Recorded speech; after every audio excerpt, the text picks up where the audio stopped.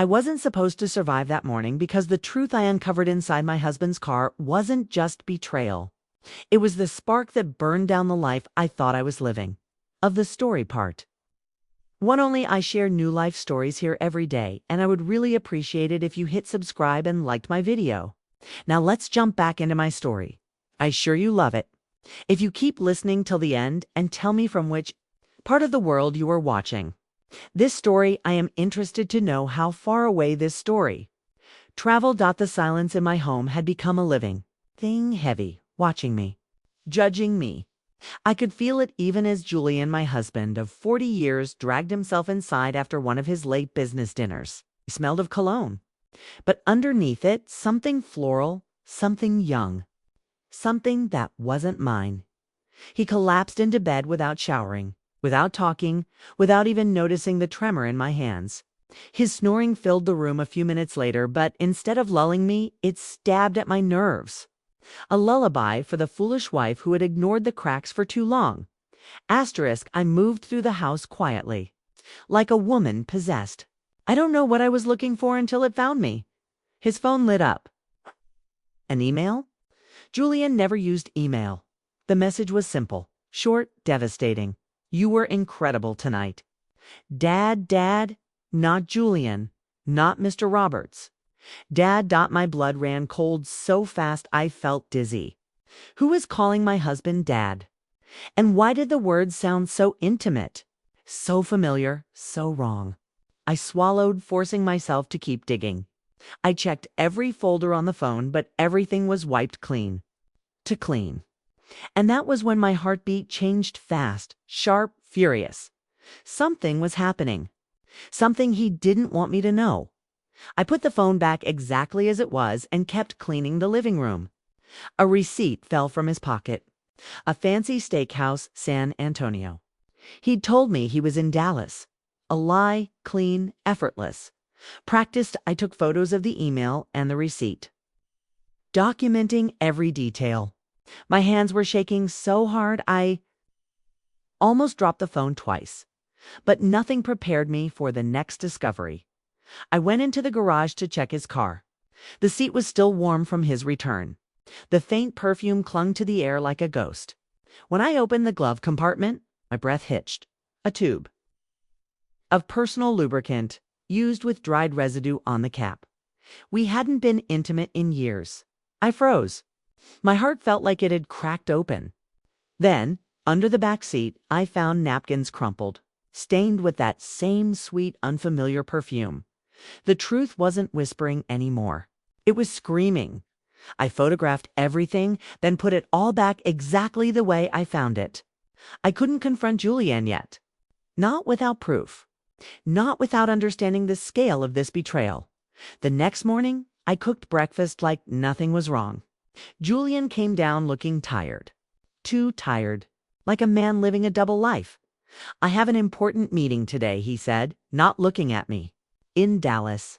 The question sat on the edge of my tongue, burning. But I swallowed it. I gave him a nod he didn't deserve. He left. And something inside me hardened into steel. I picked up my phone and made the call I never imagined I would make. Mrs. Miller, I need the number you told me about. The private investigator, her silence told me everything she knew what it meant for a wife of 40 years to reach this point. But she gave me the number. At noon. I met Thomas Green, a calm man with analytical eyes that saw more than most. I slid the photos across the table. I need the truth, I whispered. Whatever it is. Thomas nodded slowly. I'll follow him today. You'll know soon. When he walked away, I exhaled a breath I'd been holding for years. Little did I know. The truth he'd uncover would destroy more than my marriage. It would shatter my entire family. What Thomas showed me that night wasn't an affair. It was a betrayal so twisted, so unthinkable, it nearly stopped my heart. That night, the bakery was quiet except for the soft hum of the refrigerators. I sat alone sorting invoices, pretending my world wasn't already unraveling. When my phone buzzed, my heart jumped into my throat. A message from Thomas. A single photo. Then another. Then another. My hands shook as I opened the first one. there he was, Julian, my husband of 4 decades, holding hands with a woman outside a restaurant. She wore a tight black dress, hair down, red lipstick, heavy makeup. For a moment I didn't recognize her. Then my heart slammed painfully against my ribs. Allison, my daughter-in-law. My son Daniel's wife. I zoomed in until the pixels blurred. But no blur could hide the truth. Not friends. Not family. Not innocent. The way they leaned into each other. The way her smile curved only for him. The way he looked at her, a look I had prayed for in my marriage, but had not seen in years. My soul cracked open. Another photo arrived. This time inside the restaurant romantic table, candles. Wine dot. Then a video. I pressed play. Allison leaned into Julian's ear, whispering something that made him laugh softly, tenderly, like a man in love. My lungs forgot to work. I replayed the video again and again until I felt sick. My daughter-in-law, my husband, together. But the universe wasn't done destroying me. At 2:07 a.m., another message came. A shaky video taken from a long lens across a hotel parking lot. Julian and Allison. On a balcony. His arm around her waist. Her head resting on his shoulder. A brief kiss, quick, but intimate enough to collapse my knees. I slid down to the bakery floor, clutching the phone with both hands. 40 years of marriage. 40 years of loyalty. 40 years of sacrifice. All undone by the two people who were supposed to respect my son and me the most. But Thomas wasn't done. He sent a voice recording next. I put on headphones, bracing myself. Allison's voice, a voice I once welcomed into my family, cut like a blade. Dad, hurry up with that fake contract. I want the store chain already. That old hag is in the way. Old hag. Old hag. Me. My breath hitched so violently I nearly choked. My heart didn't just break, it erupted. Then Julian's voice slipped through the speakers. Don't worry. Juliet trusts me too much.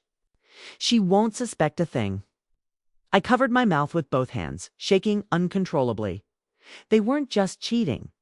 They weren't just betraying Daniel. They were planning to steal my bakery empire, my life's work, to throw me out of my own home. Out of everything I built, my heartbeat turned cold. Controlled, dangerous. I saved the audio and every photo. Then I placed it all into a thick envelope and hid it beneath old family pictures. The irony nearly made me laugh. The next morning, Julian stumbled home smelling of perfume and guilt. The meeting went late, he said, faking exhaustion. I had to drink with a difficult partner. Partner. Yes, a partner in infidelity and betrayal.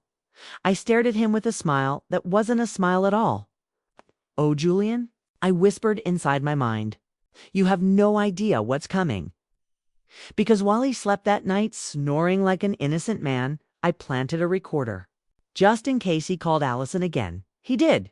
At midnight, I hid behind the curtain and listened. Yes, come over tomorrow, Julian whispered. Juliet's leaving town. We'll have the whole house to ourselves. The whole house. My son's house. To bring her here, a fury like I had never known crawled through my veins. For the first time in my life, I wasn't the gentle wife. I wasn't the forgiving mother. I wasn't the peacemaker. I was a woman preparing for war, and Julian never even saw it coming. The day I left for Nashville wasn't a trip at all. It was the beginning of a trap so perfect. Julian and Allison would never forget it.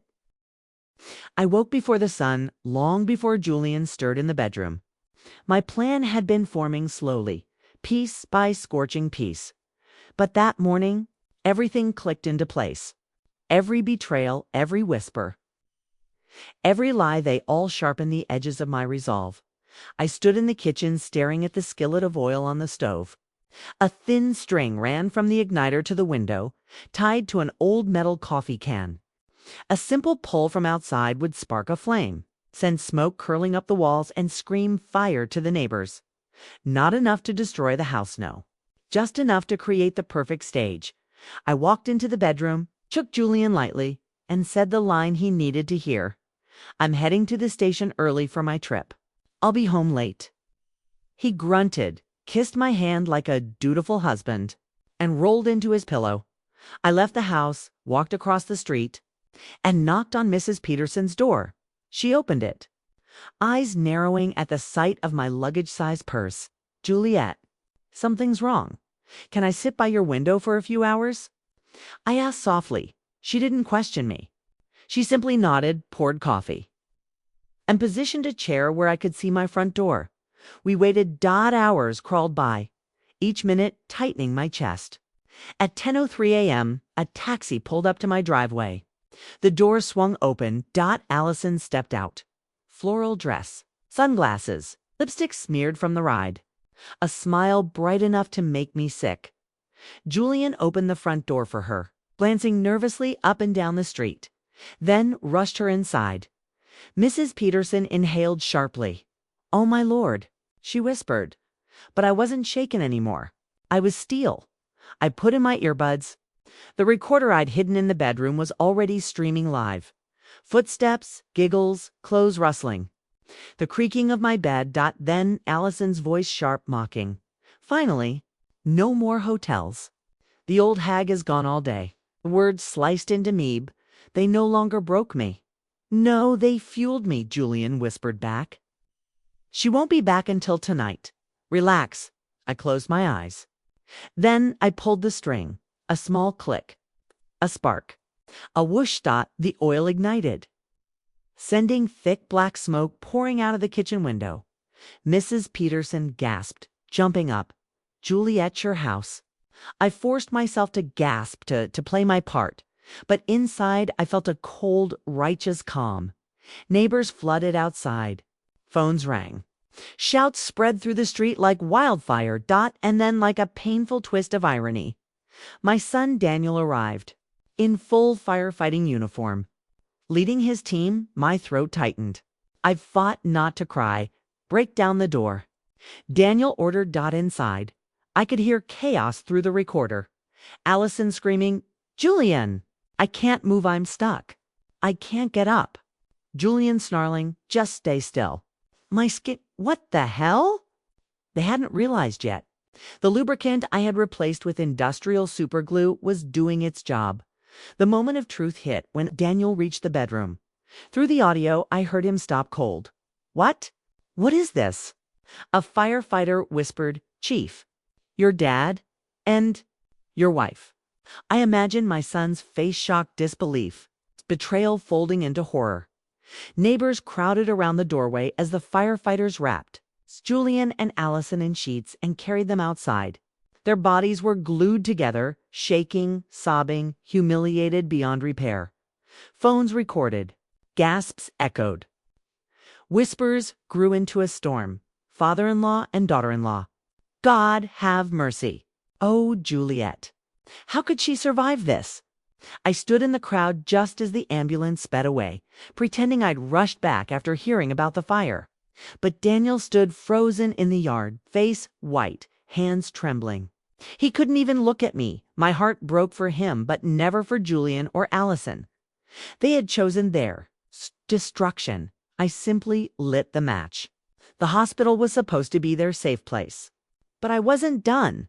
And the final blow was the one they never saw coming. The hospital corridor smelled of antiseptic and humiliation. Julian and Allison had been rushed into separate rooms. Well, as separate as two people glued together by their own sin could be. Nurses whispered. Families passing by stared. Someone's grandmother muttered, "That's the pair from the video. The father-in-law and the daughter-in-law." Their disgrace had already traveled faster than the ambulance. Mrs. Peterson sat beside me, her hand wrapped around mine. "Juliet," she whispered, "you don't have to go in there." I did, not to forgive, not to comfort, but to end everything cleanly. A nurse handed me 2 tubes of ointment meant for Julian and Allison's chemical burns. "Apply this twice a day," she said kindly. "They'll heal." I nodded, thanked her when she turned her back. I slipped the ointment into my purse and replaced it with the tubes of yellow, burning hot mustard I had packed earlier. No, not to injure them. Just to remind them that actions have consequences. When I stepped into their room, I froze. Allison lay on her side, face swollen from crying. Julian tried to sit up, grimacing, shame dripping from every wrinkle on his face. "Juliet," he began, voice trembling. I can explain."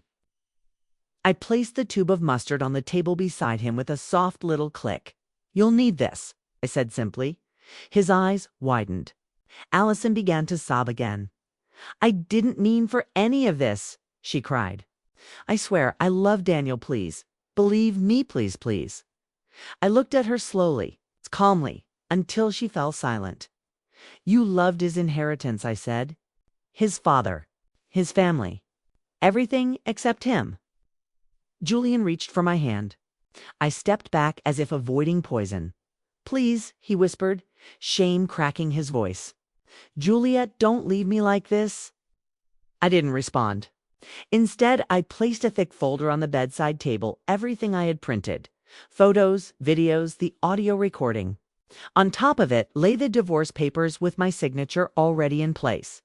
40 years, I said quietly. 40 years of loyalty, dedication, work. And you threw it all into a hotel room trash can. He opened his mouth to argue. But that was when Daniel walked in. His face looked carved from stone, hollow, devastated. "Mom," he said, voice barely above a whisper, "I brought the papers you asked for." Julian turned to him, desperate. "Son, listen. Please, she seduced me. This isn't my fault." Daniel's voice exploded. "Stop." The walls shook. Allison curled into herself, sobbing harder. Daniel stepped forward, hands trembling, his firefighter uniform still smelling faintly of smoke. "You were my father," he whispered.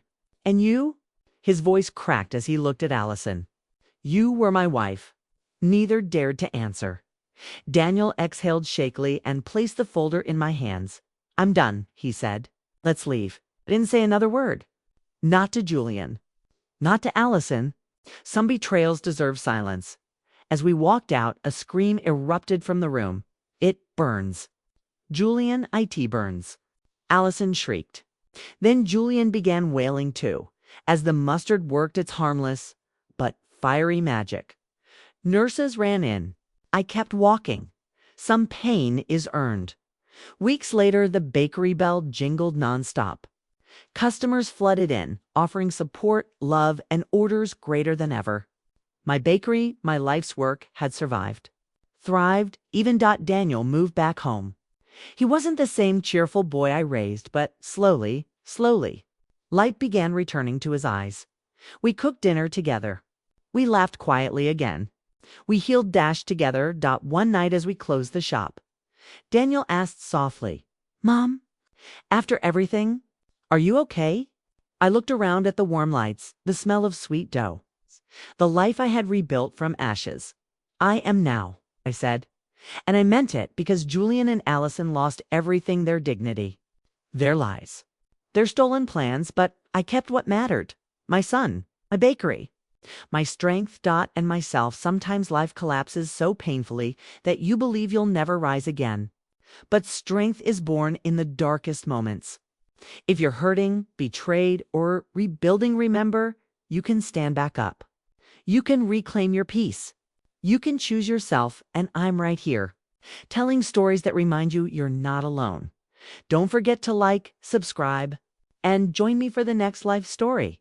Thanks for watching till end. Please like and subscribe my channel. I will be very thankful to you. Sometimes life takes turns we never expect. Every person in this story carried their own pain, their own choices, and their own consequences.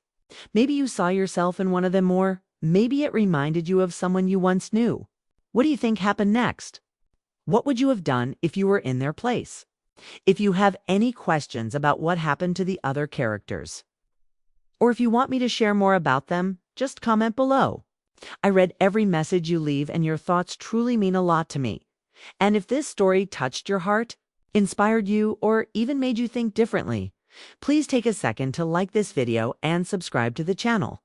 It helps me keep sharing stories that move people, open minds, and remind us we're all human. At the end of the day, your support keeps these stories alive. Thank you for watching, for feeling, and for being part of this journey. More powerful stories are coming soon. Stay tuned and stay kind.